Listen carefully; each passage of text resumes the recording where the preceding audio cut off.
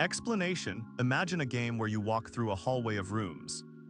In each room you see a single color, the input symbol, and there is exactly one door that tells you which next room to go to.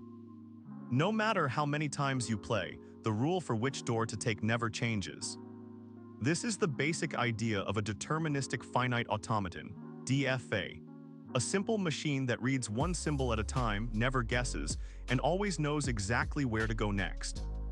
We need DFAs because they give us a clean way to describe regular patterns, like the set of all strings that contain an even number of zeros, and they are the smallest computer that can decide such patterns quickly and reliably. A deterministic finite automaton is defined by 5 mathematical pieces, written as a 5-tuple. M equals Q sigma delta Q sub 0 F. Q is a finite set of states, think of the rooms. For example, Q equals Q sub 0, Q sub 1, Q sub 2. Sigma is the alphabet, the set of symbols the machine can read, like the colors on the floor. For binary strings, sigma equals 0, 1. Delta maps Q times sigma to Q, the transition function. It tells you for every state and every input symbol which state to go to next. It is a mathematical function, so for each state symbol pair there is exactly one result. Q sub 0 is in Q, the start state, the room where the machine begins. F is a subset of Q, the set of accepting or final states. If the machine stops in any of these after reading the whole input, the string is accepted. In symbols, if the machine is in state P and reads symbol A, it moves to state delta of PA because delta is a function. There is no ambiguity, hence deterministic. There are 3 common ways to show the transition function delta. Transition table, a grid where rows are current states, columns are input symbols, and each cell contains the next state. It looks like a spreadsheet and is easy for a computer to read. State diagram, a picture with circles states and arrows transitions. An arrow is labeled with the symbol that triggers it. For example, an arrow from Q0 to Q1, labeled 0 means delta of Q00 equals Q1. Accepting states are drawn with a double circle. Formal function notation. Writing each mapping explicitly, for example, delta of Q00 equals Q1, delta of Q01 equals Q0, delta of Q10 equals Q2, and so on. This is the most precise, especially when we want to prove properties. All 3 describe the same underlying mathematics. They are just different languages for the same idea. Explanation: a DFA recognizes a language L subset of sigma star by processing a whole input string W equals W sub 1 W sub 2.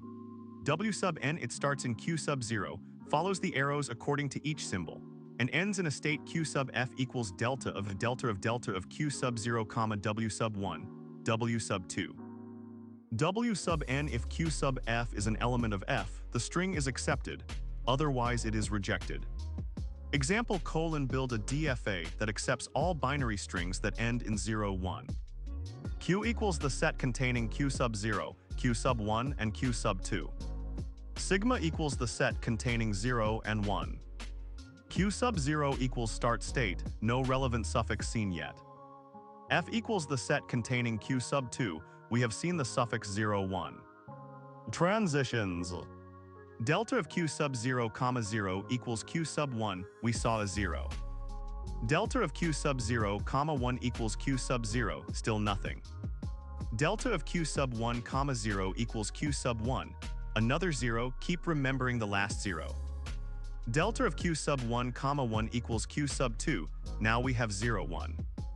Delta of Q sub 2, 0 equals Q sub 1, a new 0, start looking for another 0, 1.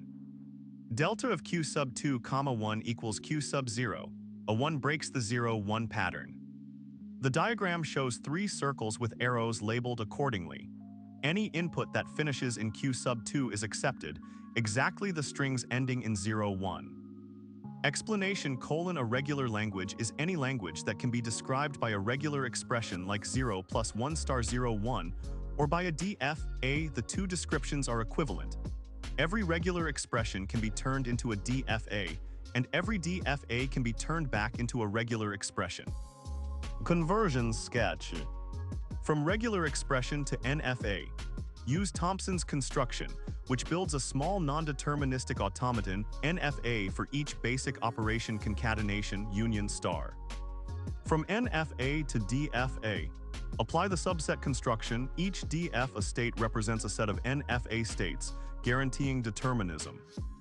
From DFA to regular expression, use state elimination, also called the clean algorithm. Remove states one by one, updating the transition labels with regular expression formulas until only a start and a final state remain. The label on the remaining edge is the regular expression for the language.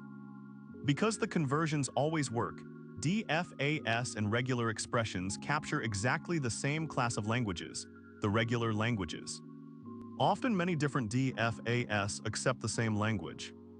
The minimization algorithm shrinks a DFA down to the smallest possible number of states, and the result is unique up to renaming of states.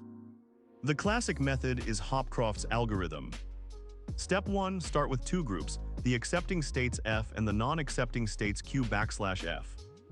Step 2, repeatedly pick a group called a splitter and a symbol A in sigma, and see how the transition on a spreads the states of other groups into different destinations. If a group is split into two non-empty parts, replace the original group by those two parts. Step 3, continue until no more splits are possible. The remaining groups are the equivalence classes of states. Each class can be merged into a single state. The merged DFA is the unique minimal DFA for that language. No other DFA with fewer states can recognize the same language. This minimal form is useful for comparison and for efficient implementation. Because DFAs are simple, many questions about them can be answered automatically. Emptiness: does the DFA accept any string at all? Solved by checking if any accepting state is reachable from the start state using graph search. Finiteness: does it accept only finitely many strings? This is true if and only if there is no cycle that can be visited on a path to an accepting state.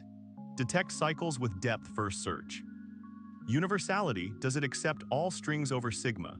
Equivalent to checking emptiness of the complement DFA by swapping accepting and non-accepting states. If the complement accepts nothing, the original is universal. Equivalence: do two DFAs accept the same language? Build a product automaton that runs both machines in parallel. The languages differ if and only if there exists a state pair P, Q, where P is accepting and Q is not, or vice versa, that is reachable from the start pair P0, Q0. This reduces to a reachability check. All these problems are decidable in time linear or polynomial in the number of states, which makes DFAs very practical for automated reasoning. Explanation: DFAs appear in many real-world tools because they can test whether a string follows a pattern extremely fast, just one table lookup per character.